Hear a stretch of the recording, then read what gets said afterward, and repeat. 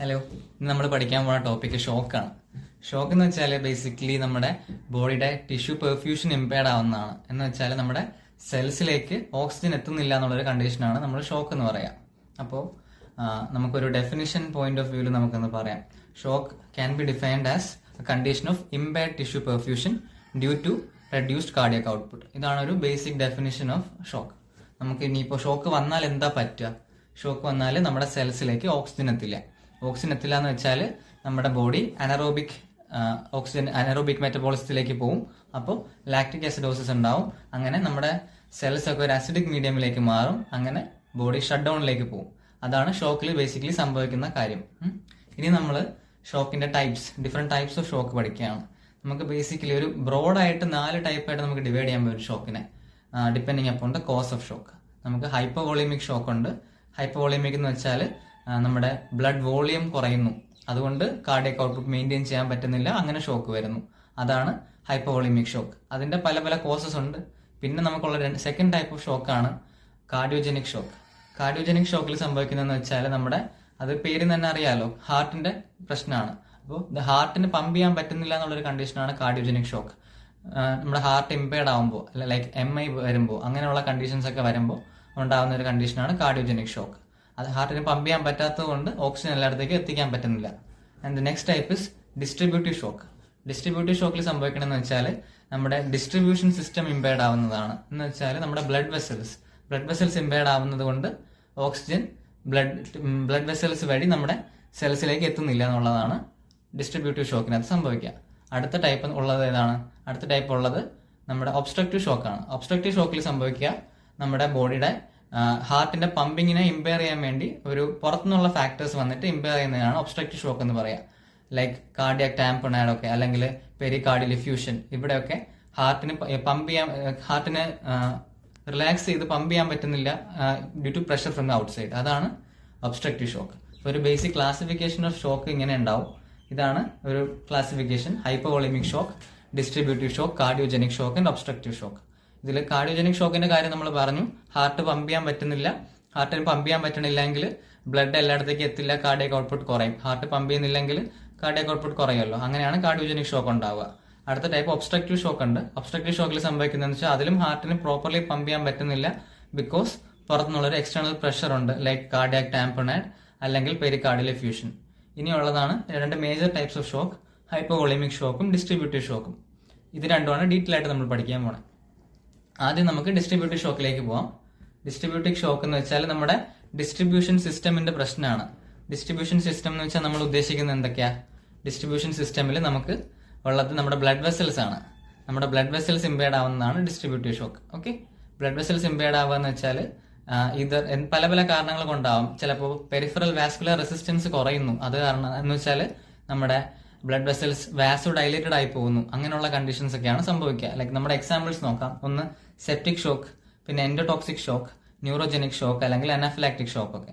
Septic shock എന്ന് വെച്ചാൽ എന്തെങ്കിലും ഒരു ബാക്ടീരിയൽ ഇൻഫെക്ഷൻസ് കാരണം സെപ്റ്റിസീമിയ ഒക്കെ വരുമ്പോൾ ഈ ഓർഗാനിസംസിനെതിരെ നമ്മുടെ ബോഡി ഇങ്ങനെയൊക്കെ കുറെ ഇൻഫ്ലമേറ്ററി മീഡിയേറ്റേഴ്സ് ഒക്കെ സെക്രീറ്റ് ആവും. അത് കാരണം വാസോ ഡൈലേഷൻ വരുന്നു. അതാണ് ഡിസ്ട്രിബ്യൂട്ടീവ് ഷോക്ക് എന്ന് പറയുന്ന കണ്ടീഷൻ. പിന്നെ എൻഡോടോക്സിക് ഷോക്ക് എന്ന് വെച്ചാൽ അതൊരു ടൈപ്പ് ഓഫ് സെപ്റ്റിക് ഷോക്കാണ്. അവിടെ ഗ്രാം നെഗറ്റീവ് ഓർഗാനിസംസ് കാരണം ഉണ്ടാവുന്ന സെപ്റ്റിക് ഷോക്കിനാണ് ഒരു ബ്രോഡ് സെൻസിൽ എൻഡോടോക്സിക് ഷോക്ക് എന്ന് പറയാം. പിന്നീടുള്ളത് ന്യൂറോജനിക് ഷോക്കാണ്.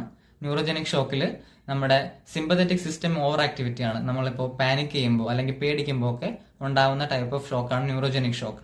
അവിടെയും ഈ പെരിഫറൽ വാസോ ഡൈലേഷൻ ആണ് സംഭവിക്കുക. പിന്നെ ഉള്ളതാണ് അനാഫിലാക്റ്റിക് ഷോക്ക്. അനാഫിലാക്റ്റിക് ഷോക്ക് അറിയാലോ, ഓവർ ഹിസ്റ്റമീൻ റിലീസ് വരുന്നു, അങ്ങനെ വെസലിന്റെ ഡൈലേഷൻ വരുന്നതാണ് അനാഫിലാക്റ്റിക് ഷോക്ക്. ഈ 4 ടൈപ്പാണ് നമ്മുടെ ഡിസ്ട്രിബ്യൂട്ടീവ് ഷോക്കിൽ ഉള്ളത്. ഇനിയാണ് നമ്മുടെ ഏറ്റവും ഇമ്പോർട്ടന്റ് ആയിട്ടുള്ള, നിങ്ങളുടെ ഫസ്റ്റ് ഇയർ പോയിന്റ് ഓഫ് വ്യൂവിൽ ഏറ്റവും ഇമ്പോർട്ടന്റ് ആയിട്ടുള്ള ഒരു പാർട്ട് ഹൈപ്പോവോളിയമിക് ഷോക്ക്.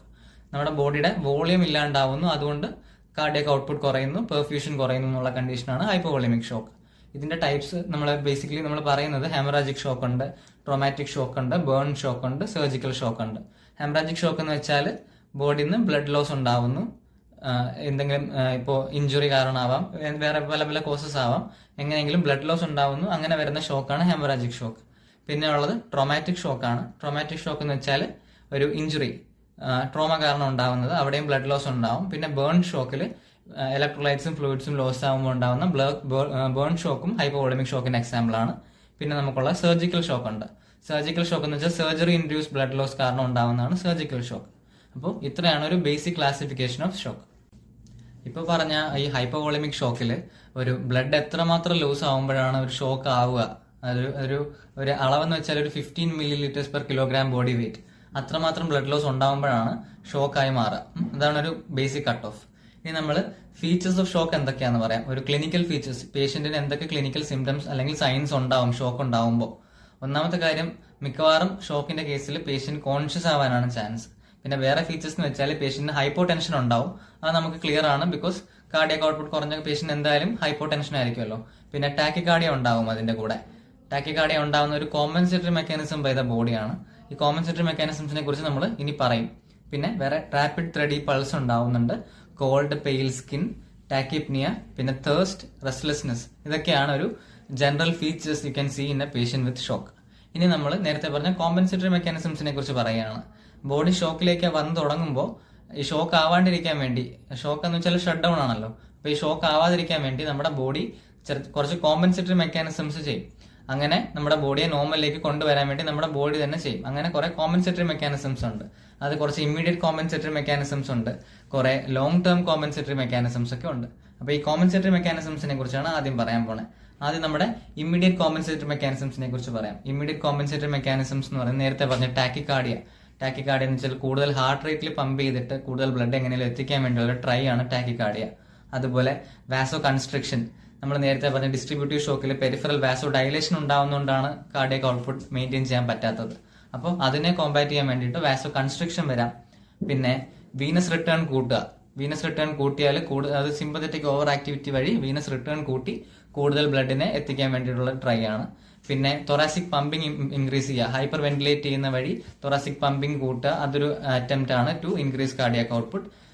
വേറെ ഓപ്ഷൻസ് വേറെ നമുക്ക് ചെയ്യാൻ ബോഡി ചെയ്യുന്നത് ഇൻക്രീസ് സ്കെലറ്റൽ മസിൽ പമ്പിങ്, പിന്നെ അല്ലെങ്കിൽ കാപ്പിലറി ഫ്ലൂയിഡ് ഷിഫ്റ്റ് മെക്കാനിസംസ് വഴി, വേറെ കീമോ റിസെപ്റ്റർ റിഫ്ലക്സിന്റെ ആക്ടിവേഷൻ, കുഷിംഗ് റിഫ്ലക്സിന്റെ ആക്ടിവേഷൻ, പിന്നെ കാറ്റക്കളമൈൻ സിന്തസിസ്, നമ്മുടെ അഡ്രിനലിൻ നോർ അഡ്രിനലിനൊക്കെ നമ്മുടെ ബോഡി റിലീസ് ചെയ്ത് അങ്ങനെ കാർഡിയക് ഔട്ട്പുട്ട് കൂട്ടാൻ നോക്കും.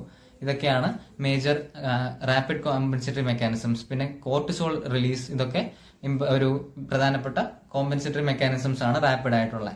പിന്നെ അത് വേറൊരു ഏറ്റവും ഇമ്പോർട്ടന്റ് ആയിട്ടുള്ള കോമ്പൻസേറ്ററി മെക്കാനിസം ആണ് റാസ് സിസ്റ്റം. റാസ് സിസ്റ്റം വഴി ബ്ലഡ് പ്രഷർ കൂട്ടാൻ വേണ്ടിയിട്ട് ബോഡി ട്രൈ ചെയ്യും. പിന്നെ നമുക്കിനി പറയാനുള്ള കാര്യം എന്ന് വെച്ചാൽ ലോങ് ടേം കോമ്പൻസേറ്ററി മെക്കാനിസംസ് ആണ്. ലോങ് ടേം കോമ്പൻസേറ്ററി മെക്കാനിസംസിൽ മെയിൻലി നമ്മുടെ ബോഡി ട്രൈ ചെയ്യുന്നത് ഒരു RBC carrying capacity of the blood കൂട്ടുക എന്നുള്ളതാണ്. അതിനുവേണ്ടി നമ്മുടെ ബോഡി എറിത്രോപോയിറ്റിൻ സിന്തസിസ് ഇൻക്രീസ് ചെയ്യിക്കും, അല്ലെങ്കിൽ നമ്മുടെ ബോഡി പ്ലാസ്മ പ്രോട്ടീൻസിന്റെ സിന്തസിസ് ഇൻക്രീസ് ചെയ്യിക്കും. അങ്ങനെ RBC കണ്ടന്റ് അല്ലെങ്കിൽ പ്ലാസ്മ കണ്ടന്റ് കൂട്ടി അങ്ങനെ നമ്മുടെ ബോഡി അത് കോമ്പൻസേറ്റ് ചെയ്യാൻ നോക്കും. ഇതൊക്കെയാണ് rapid and long term compensatory mechanisms. ഇത്രയും കോമ്പൻസേറ്ററി മെക്കാനിസംസ് ആണ് നമ്മുടെ ബോഡി ട്രൈ ചെയ്യുക. ഇനി നമ്മുടെ ബോഡിക്ക് ഇപ്പോൾ കോമ്പൻസേറ്ററി മെക്കാനിസംസ് ചെയ്തിട്ട് നമുക്ക് ഒരു പേഷ്യന്റിനെ ബോഡി തന്നെ ട്രൈ ചെയ്യും. കോമ്പൻസേറ്ററി മെക്കാനിസംസിന് ശേഷവും ബോഡിക്ക് വീണ്ടും ഷോക്കിലേക്ക് തന്നെ പോയിക്കൊണ്ടിരിക്കുകയാണെങ്കിൽ ഒരു സർട്ടൺ സ്റ്റേജിന് ശേഷം അത് ഒരു ഇറിവേഴ്സിബിൾ സ്റ്റേജിലേക്ക് മാറും. ഈ കോമ്പൻസേറ്ററി മെക്കാനിസംസ് നടക്കുന്നത് ഒരു റിവേഴ്സിബിൾ സ്റ്റേജ് ആണ്. ആൻഡ് അത് കഴിഞ്ഞു പോയാൽ ബോഡി ഒരു ഇറിവേഴ്സിബിൾ സ്റ്റേജിലേക്ക് എത്തുകയാണ്. ഈ ഇറിവേഴ്സിബിൾ സ്റ്റേജിൽ ബോഡിക്ക് പിന്നീട് സ്വയം ഹെൽപ്പ് ചെയ്യാൻ പറ്റില്ല. And body worsens and worsens ആൻഡിൽ it shut downs forever. പിന്നെ ഇനി നമ്മൾ ഒരു ചെറിയ note on the management of this condition. Management basically നമ്മുടെ കാർഡിയക് ഔട്ട്പുട്ട് റീറ്റെയിൻ ചെയ്യാന്നുള്ളതാണ്. And the way you retain way you recover the cardiac output depends upon നമ്മുടെ the cause of the shock. ഇപ്പോൾ hypovolemic shock ആണെങ്കിൽ blood transfusion ആണ് നമ്മുടെ ഒരു haemorrhagic shock, blood loss ആണെങ്കിൽ blood transfusion ആണ് നമ്മുടെ ഒരു ചോയ്സ്, ഒരു ട്രീറ്റ്മെന്റ് ഓപ്ഷൻ. അല്ലാതെ വേറെ ട്രീറ്റ്മെന്റ് ഓപ്ഷൻസ് നമ്മൾ ബേൺ ഷോക്ക് ആണെങ്കിൽ നമുക്ക് ട്രീറ്റ് ചെയ്യാൻ പറ്റുന്നത് നമ്മൾ പ്ലാസ്മ ലോസ് ആയ പ്ലാസ്മ നമ്മൾ ട്രാൻസ്ഫ്യൂസ് ചെയ്ത് കൊടുക്കുക എന്നുള്ളതാണ്. പിന്നെ കാർഡിയോജനിക് ഷോക്ക് ആണെങ്കിൽ അവിടെ നമ്മൾ ഡോപ്പമീൻ കൊടുക്കുക, അല്ലെങ്കിൽ ഡൊബ്യൂട്ടമീൻ കൊടുക്കുക, വാസോപ്രസേഴ്സ് ഒക്കെ കൊടുക്കുക എന്നുള്ളതാണ്. പിന്നെ വേറെ നമുക്ക് ഡിസ്ട്രിബ്യൂട്ടീവ് ഷോക്ക് ആണെങ്കിൽ അല്ലെങ്കിൽ അനാഫിലാക്റ്റിക് ഷോക്ക് ആണെങ്കിൽ അവിടെ അഡ്രിനലിനാണ് ഡ്രഗ് ഓഫ് ചോയ്സ്, കാറ്റക്കൊളമീൻസ് വഴി അങ്ങനെ കാർഡിയക് ഔട്ട്പുട്ട് കൂട്ടുകയാണ് ചെയ്യുക. ഇത്രയാണ് ഒരു basic outline of shock for ഒരു ഫസ്റ്റ് ഇയർ സ്റ്റുഡൻറ് ഫിസിയോളജി. അപ്പോൾ താങ്ക് യു.